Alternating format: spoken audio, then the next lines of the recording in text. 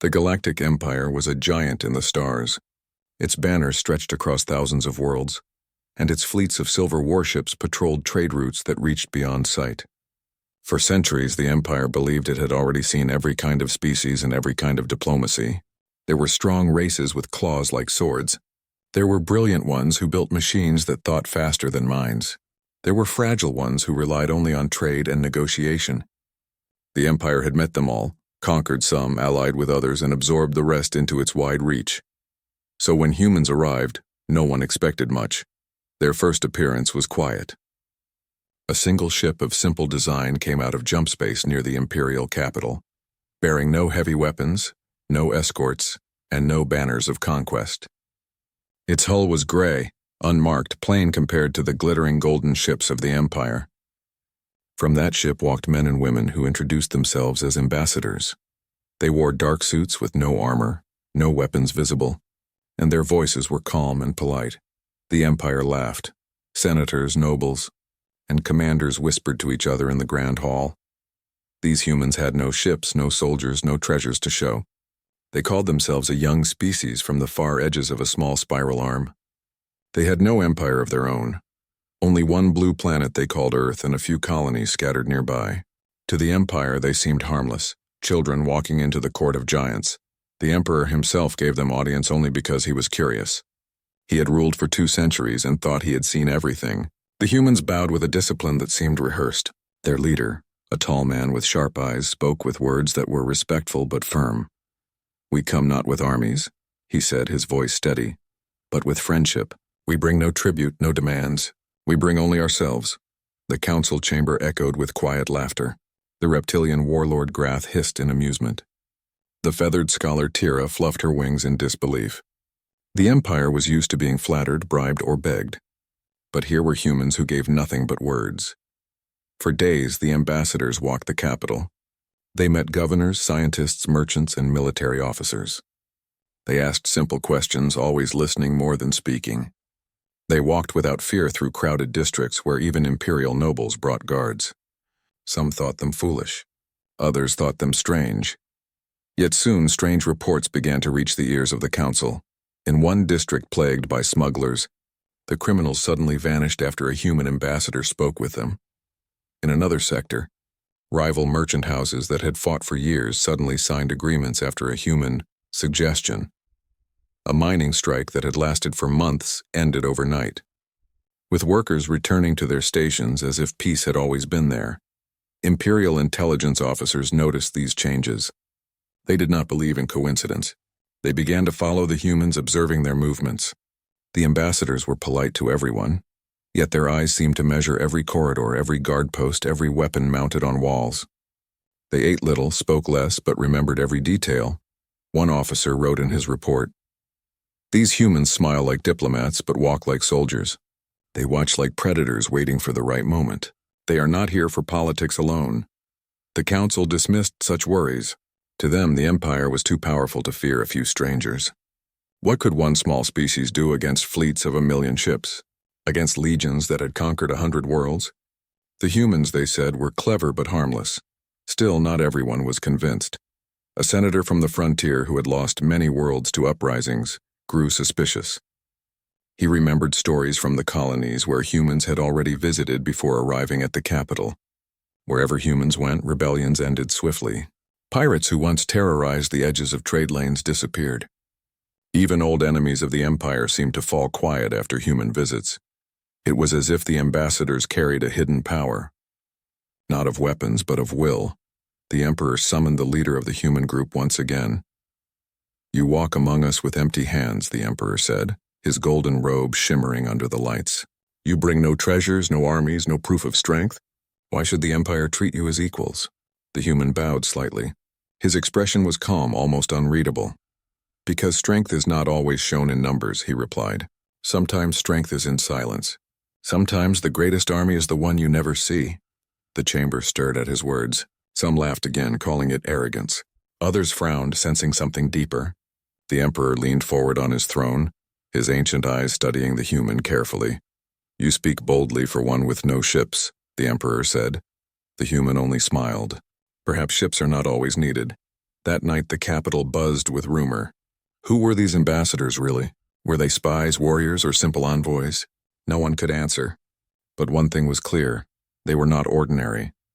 One of the youngest guards in the palace described it best.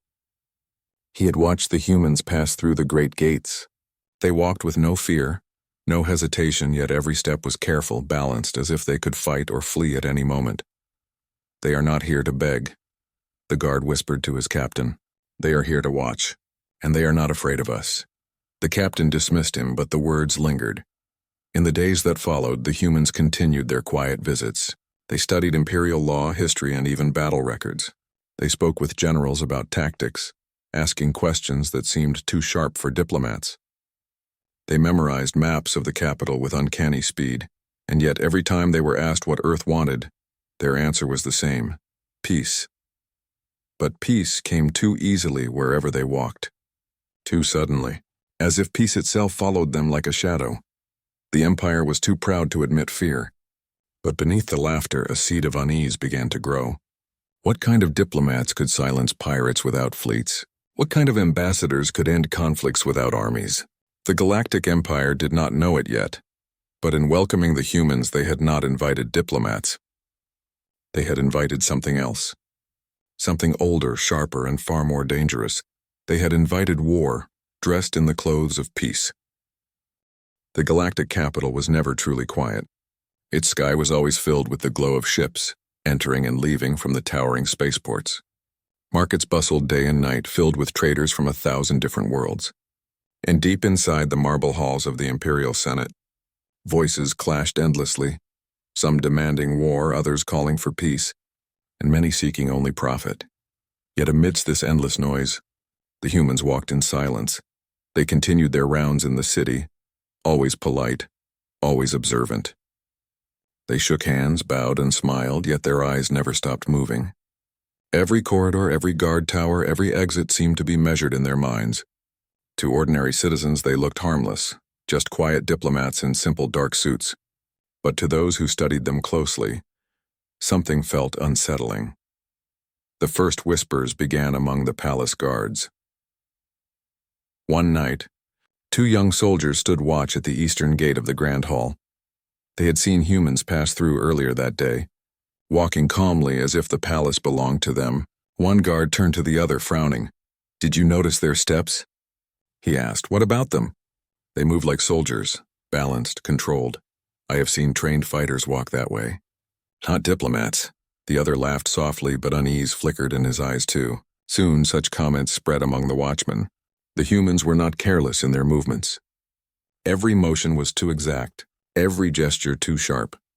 Meanwhile, Imperial intelligence officers filed new reports. They had tracked human visits across the city. In districts where humans walked, problems simply vanished. In the merchant quarter, a long feud between 2 powerful trading guilds ended after a private meeting with one of the ambassadors. The next day, both guild leaders announced a sudden alliance. In the mining sector, a violent strike had dragged on for months, with miners refusing to return to work. Yet after the visit of another human, the strike dissolved in a single night. The miners said nothing about threats, only that they had come to understand something. And in the lower districts, smugglers who had run whole blocks of trade routes suddenly abandoned their operations. Their ships disappeared. Their names were erased from the streets. No one saw a single battle, but the entire underworld went silent after human contact. The reports confused the council. None of this was normal diplomacy. Ambassadors were supposed to speak in councils, sign treaties, and attend celebrations, not walk into the darkest corners of a city and make problems vanish overnight. The first real alarm came from Admiral Sarath, a veteran of many wars. He was a massive insectoid with a hard shell and a voice like grinding stone. "These humans," he growled in the council chamber, "are not envoys. They are operatives. They remove obstacles with unnatural skill. They are a threat, not a gift," but many senators laughed at him. "What threat?" asked Lord Vizar, a plump noble with golden rings on his arms. "They are a small species from one world. A handful of them cannot challenge an empire of 1,000 systems." Yet not all were convinced. The Emperor himself listened quietly, his eyes watching the humans with growing interest. The next day, he ordered the Shadow Bureau, the most secretive branch of Imperial intelligence, to begin a deeper investigation. Their agents were silent hunters trained to follow without being seen. If anyone could uncover the humans' true nature, it would be them. The Bureau followed the ambassadors day and night. They recorded every step, every meeting, every word, and slowly a pattern began to appear. The humans always divided themselves, never all in one place, but scattered across different sectors, working separately yet with strange unity. One would attend a council debate, another would walk into a soldier's barracks, another would disappear into the archives. Yet when they reunited, it was clear that each one knew exactly what the others had learned. They shared glances, short-coded words, and sometimes no words at all, as if their minds worked on the same line of thought. The Bureau's reports grew more troubling. These humans, one report read, are trained. Their silence is not the silence of ignorance, but of control. They have eyes like hunters and patience like stone. They carry no weapons, yet their bodies are weapons themselves. They are not diplomats. They are something else, something dangerous. The Emperor read the report in silence, his long fingers tapping against the arm of his throne. Still, the Council continued to mock the warnings. For centuries, the Empire had ruled unchallenged. It had crushed fleets, enslaved races, and toppled empires. To fear a few humans seemed absurd, but fear began to creep in anyway. Not among the rulers, but among the common people. In the taverns of the lower city, merchants whispered of humans who could stare into a man's eyes and make him surrender without a fight. In the training barracks, soldiers muttered that the humans walked with the same calm stride as elite assassins. In the markets, some swore the humans never blinked, watching everything with unbroken focus. Rumor fed rumor, until a strange title began to spread among the people. The Silent War. That was what they called the humans' presence. Wherever they went, conflict disappeared, but no one saw how. It was as if they carried war within them, quiet and invisible, waiting to be used. The Emperor finally called the human leader back for another private audience. The chamber was dimly lit, with guards standing along the walls. The Emperor leaned forward, his voice heavy. "Wherever you walk, silence follows," he said. "Conflicts vanish. Enemies submit. Tell me, Ambassador, what is your true purpose here?" The human did not flinch. His gaze was steady, and his voice calm. "Our purpose is peace," he said. The Emperor's eyes narrowed. "And yet peace comes too quickly, too completely. No peace is ever so perfect without force hidden behind it." The human's lips curved into the faintest smile. "Perhaps you are right. Perhaps peace is not always free. But is that not what empires have always known?" The words were daring, yet they were spoken so gently that even the guards could not tell if it was challenge or wisdom. The Emperor said nothing more. He dismissed the human, but his mind remained restless long after the ambassador left. That night he summoned Admiral Sarath in secret. "Watch them closely," the Emperor commanded. "Do not underestimate them. I feel we stand before a weapon we do not yet understand." Sarath bowed deeply. His wings clattered against his armored back. "As you command, my Emperor, I will uncover the truth." And so the whispers grew. The council laughed. The common people feared. The Emperor wondered. And in the shadows the humans continued their quiet work, leaving trails of silence wherever they went. The Galactic Empire still believed it was unshakable, but for the first time in centuries, cracks of doubt had begun to form. Not from fleets, not from armies, but from a handful of human ambassadors who spoke softly, smiled politely, and carried war in their shadows. The Emperor's suspicion grew stronger each day. Reports continued to arrive. Conflicts vanishing, criminals surrendering, disputes ending as if human words carried invisible chains. The Senate still laughed, but whispers among the military and the people deepened. The word silent war followed the humans like a shadow. The Emperor needed truth. And in the Empire, truth was often found through challenge, so the order was given. A demonstration would be held in the Imperial Arena, the largest gathering place of the capital. It was announced as a cultural exchange, a display of strength and tradition, but everyone knew it was more than that. It was a test, a stage where the Empire would measure the humans with eyes unblinking. The arena. The Imperial Arena was carved into the heart of the capital like a crown of stone. It could hold 500,000 beings in its towering stands. Banners of 100 colors waved above, representing the proud legions and noble houses of the Empire.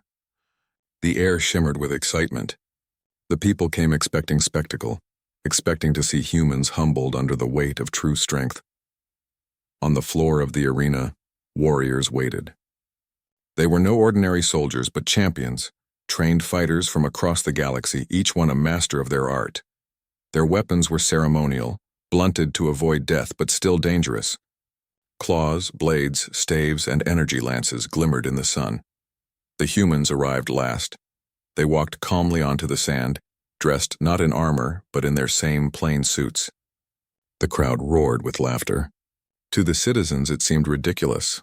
How could these fragile-looking beings stand against warriors bred for combat? At the Emperor's signal, the first match began. The first bout, a towering reptilian fighter stepped forward, scales glinting green, a ceremonial blade in his claw. He was nearly 3 times the size of the human opponent, who stepped forward with calm steps. The reptilian hissed, slashing in wide arcs meant to intimidate. The human only watched, eyes tracking every movement. When the strike finally came, the human shifted his weight and stepped aside. The blade struck air. The reptilian struck again, faster, harder. Again the human moved, always a step beyond reach. Gasps rose from the crowd. This was no desperate dodge. This was precision. The human moved as though he had already seen the attack before it happened. Finally, with a sudden motion, the human caught the reptilian's wrist, twisted, and sent the blade flying. In the same motion, he gently swept the legs of the warrior, sending the massive fighter crashing to the sand. The human did not strike again. He simply stepped back, hands open, signaling the bout was over. The arena erupted in shock. The Emperor narrowed his eyes. He saw not luck but training, deep training. The second bout, a second champion entered, this one a four-armed insectoid wielding twin staves. He whirled them with dizzying speed, filling the air with blurs of motion. The human opponent crouched low, hands open. When the insectoid lunged, the human stepped inside the storm of staves with impossible timing. He struck once, not with fist but with palm, directly against a nerve cluster. The insectoid froze, arms trembling, then collapsed. Again, the human did not follow with harm. He stepped back, silent, as though the battle had never touched him. Now the laughter in the stands began to fade. What had started as entertainment was turning into unease. The third bout. The council had arranged a final match. This time it was no single warrior but a team of 3. A massive feline duelist with claws like knives, a tall avian lancer, and a scaled brawler. Together they had fought pirates and rebels across dozens of systems. Surely 3 against 1 would show the limits of human strength. But when the bout began, the human ambassador did not falter. He stood still, eyes steady, until the 3 rushed him. The feline leapt high, claws flashing. The avian lunged with his lance. The brawler swung heavy fists. The human moved like flowing water. He sidestepped the lance, let the feline pass over him, and redirected the brawler's fist into the ground with a subtle twist. In seconds, the 3 fighters were colliding with each other, their coordination broken. Then, with calm precision, the human moved among them, disarming, tripping, and redirecting. No strike landed upon him. No blow found its mark. Within moments, the 3 champions lay on the sand, defeated but uninjured. The arena was silent. The Emperor's realization. From his throne above, the Emperor leaned forward, his eyes sharp. These were no diplomats. No politician moved with such discipline. No ordinary envoy could dismantle champions without a single weapon. The Emperor understood what the Senate still denied. The humans were trained for war. Not open, loud war of fleets and fire, but something deeper. A war of skill, silence, and precision. He turned to his council. "Do you see?" the Emperor said softly. "These are not envoys. These are blades hidden in silk." But many still shook their heads. "They use tricks," one senator protested. "Deception, agility, nothing more." Yet the Admiral Serath, standing at the Emperor's side, gave a low hiss. "No," the Admiral said. "I have seen soldiers in the field. I know the difference between tricks and discipline. These humans are trained as the finest operatives. Each one fights as if born to the task. If these are ambassadors, then their soldiers must be nightmares." The Emperor's hands tightened on his throne. The aftermath. The human leader stepped forward to bow before the Emperor, his face calm, voice steady. "We thank you for allowing us to honor your traditions," he said. "We came only to demonstrate respect, not to insult." The words were respectful, yet everyone in the chamber knew the truth. Respect had been shown, but so had power. The Emperor studied him carefully. "You fight with skill," he said. "Not as diplomats, but as warriors." The human only smiled faintly. "Perhaps diplomacy and strength are not so different." The Emperor did not answer. He only waved for the ceremony to end. The crowds left in uneasy silence. The whispers grew louder. In taverns, they spoke not of human weakness, but of human strength. Children mimicked the calm steps of the ambassadors, pretending to disarm invisible foes. Soldiers spoke quietly, wondering if the humans could face even the Empire's best legions. The council continued to debate, some mocking, others fearful. But across the city, across the Empire, a new question spread like fire. If these were only ambassadors, then what kind of warriors did humanity keep hidden? The Emperor's private words that night. The Emperor met with Admiral Sarath once more in the shadowed halls of the palace. "You saw them," the Emperor said. "I saw," Sarath replied. "They fight with the discipline of assassins, the patience of hunters, and the mercy of monks. They did not strike to kill, only to prove. That makes them more dangerous." The Emperor's gaze turned to the stars beyond the window. "If such few can humble our champions, what might an army of them do?" Sarath's mandibles clicked. "Perhaps they need no army. Perhaps each one is an army." The Emperor said nothing more, but in his heart a quiet unease had taken root. The humans had passed the test of strength, but in passing, they had revealed something far more dangerous. They had shown that the greatest weapon of humanity was not ships, not fleets, not numbers, it was themselves. And the Empire, for the first time in centuries, began to feel the cold touch of fear. The arena had changed everything. When the humans first arrived, the Empire laughed at their plain ships and their soft words. But after the demonstration, laughter faded. The champions of the arena, heroes of many battles, had been humbled by men and women who carried no weapons, wore no armor, and called themselves diplomats. The whispers grew louder across the capital. If these were only ambassadors, what kind of warriors did Earth send to war? The Emperor did not dismiss these whispers. He summoned the Shadow Bureau once more, the secret branch of spies and hunters loyal only to him. Their task was simple: uncover everything about humanity. Their history, their training, their truth, the investigation. The Bureau's agents began their work in silence. They studied every document the humans had shared, every word they had spoken, and every place they had visited. But the humans were careful. Their records were vague, their statements polite but empty, and their actions hidden behind smiles. So the Bureau turned to other methods. They reached out to smaller species who had encountered humans before the Empire did. Traders, colonists, even pirates who had survived human space. Slowly, piece by piece, a story began to form. The humans had always been surrounded by conflict on their homeworld. Unlike many species that united early, humanity had been divided for centuries.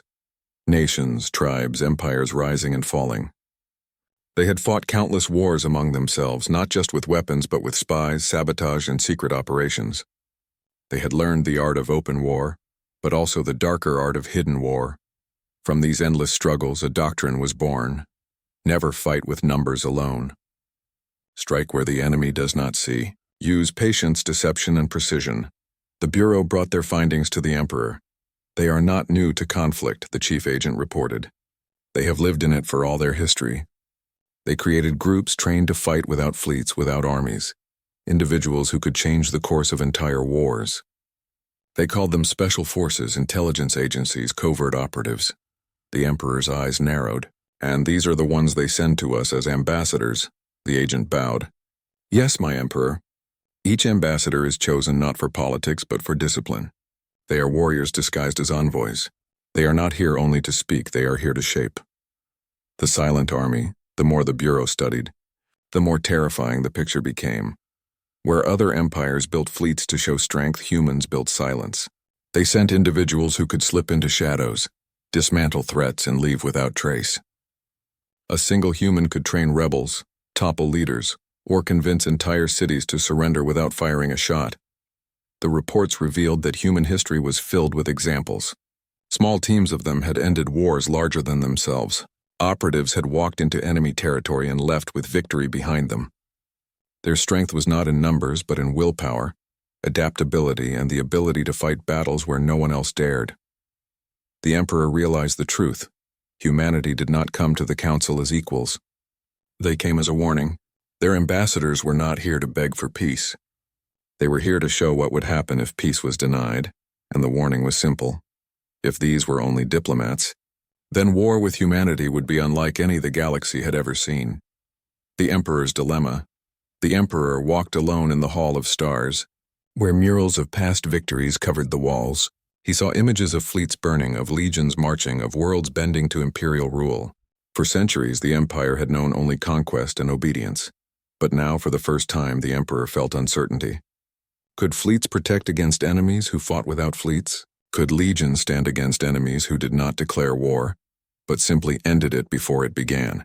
He remembered the arena, the way humans had moved. Calm, precise, merciful yet unstoppable. If such people represented peace, what would their soldiers represent? He called Admiral Sarath to his side. "You have fought in many wars," the Emperor said. "Tell me, could you fight against such enemies?" Sarath's mandibles clicked. His voice was heavy. "An army can fight an army, my Emperor. But what these humans carry is not an army. It is a storm in silence. We would not even see the war until it was already over." The Emperor's hands tightened behind his back. "Then we must not make them enemies." The Council's arrogance, but the Senate did not share the Emperor's caution.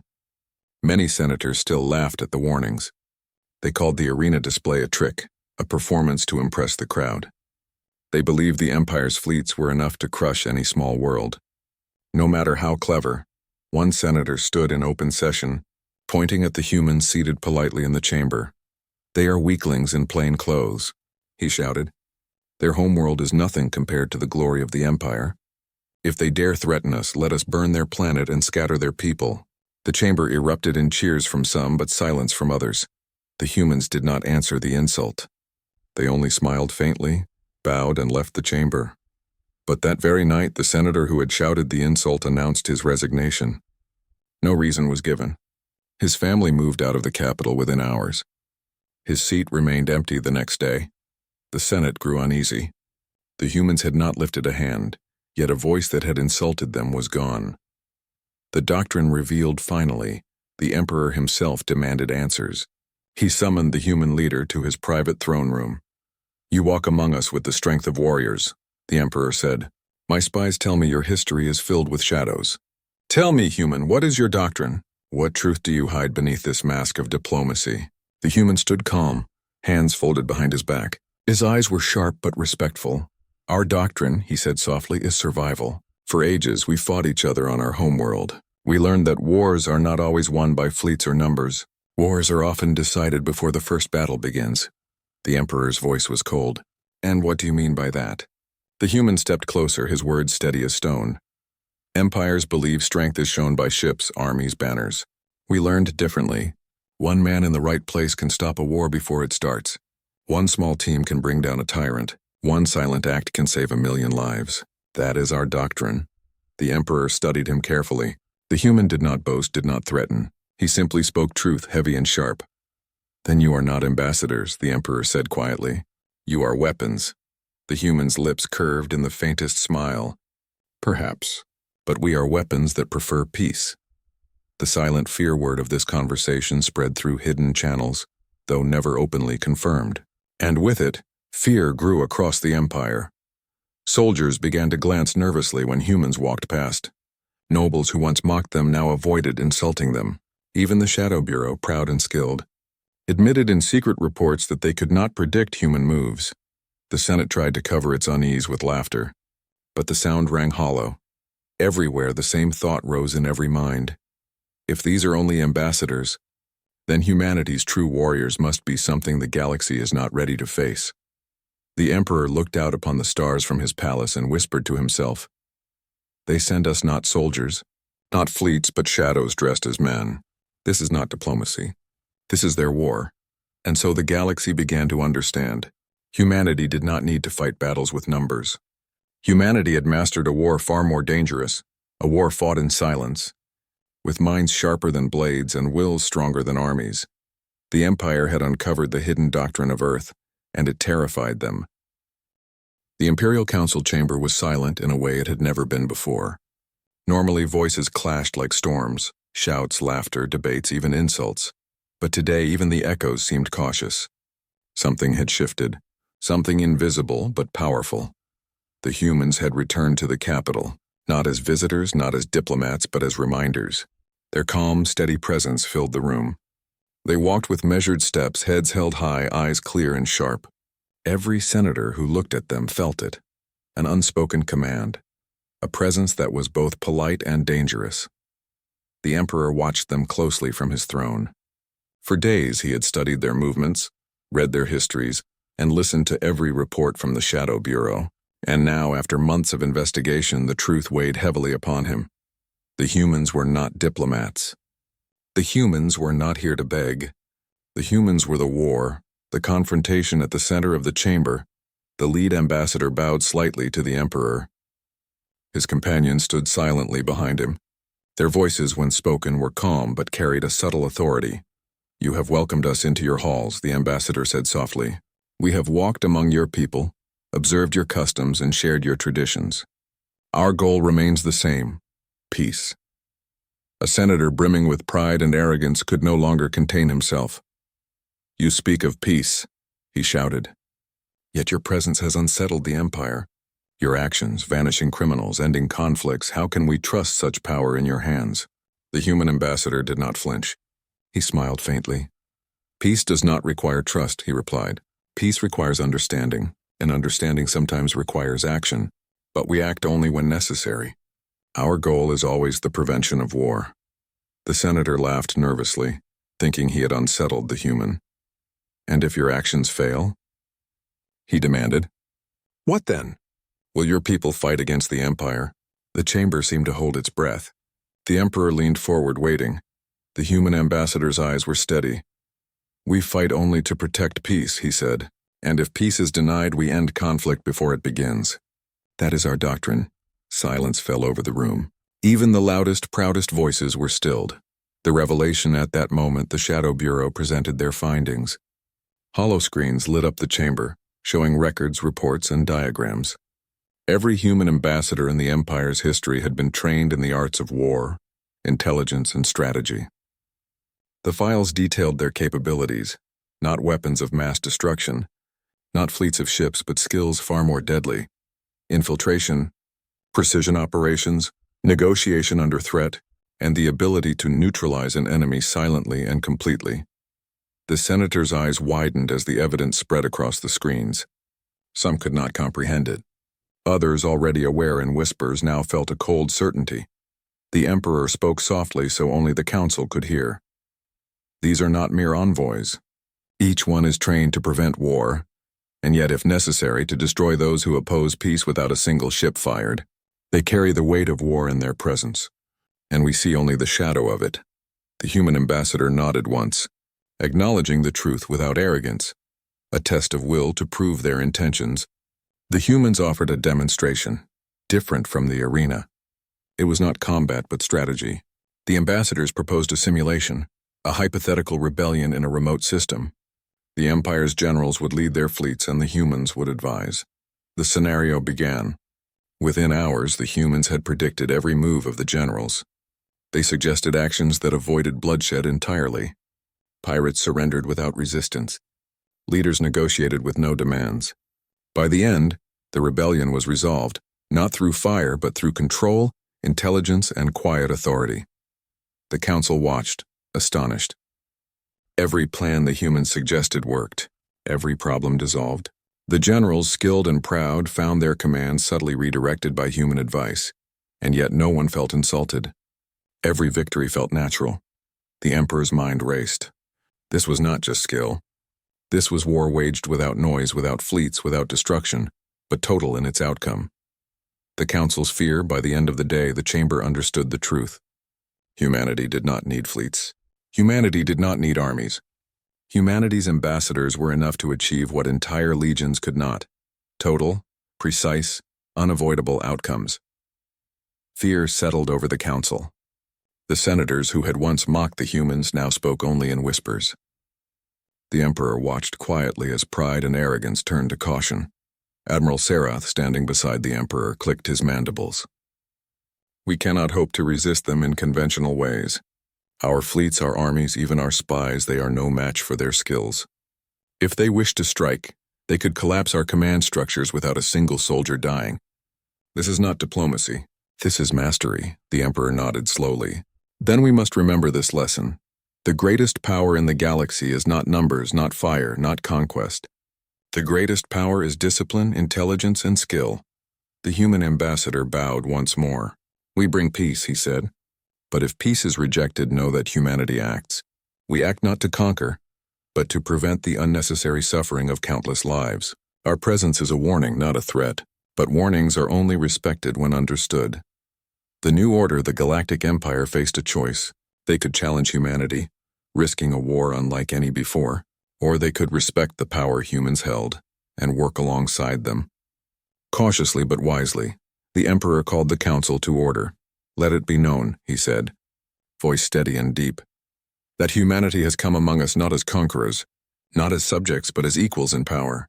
We must treat their words and presence with respect.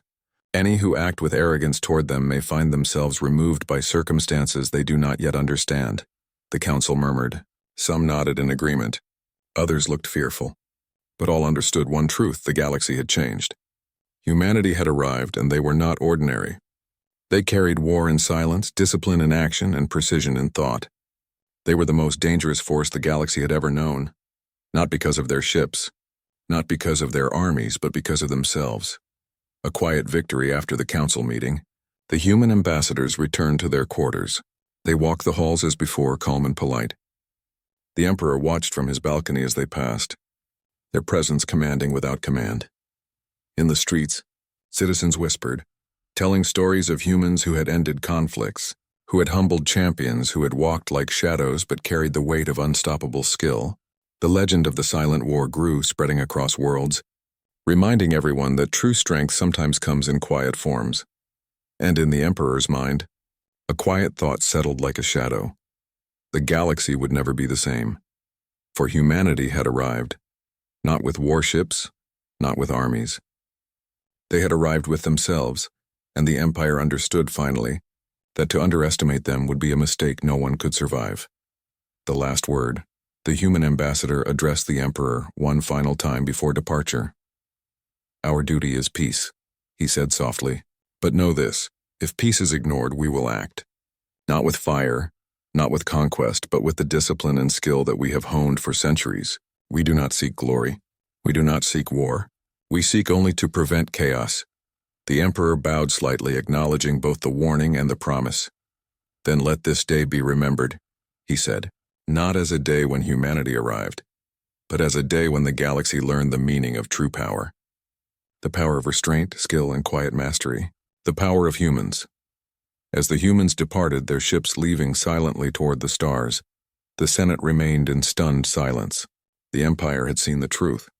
Humanity's ambassadors were not diplomats. Humanity itself was the most precise, most disciplined, most dangerous force the galaxy had ever faced. And for the first time in its history, the Galactic Empire bowed quietly, not out of fear, but in recognition.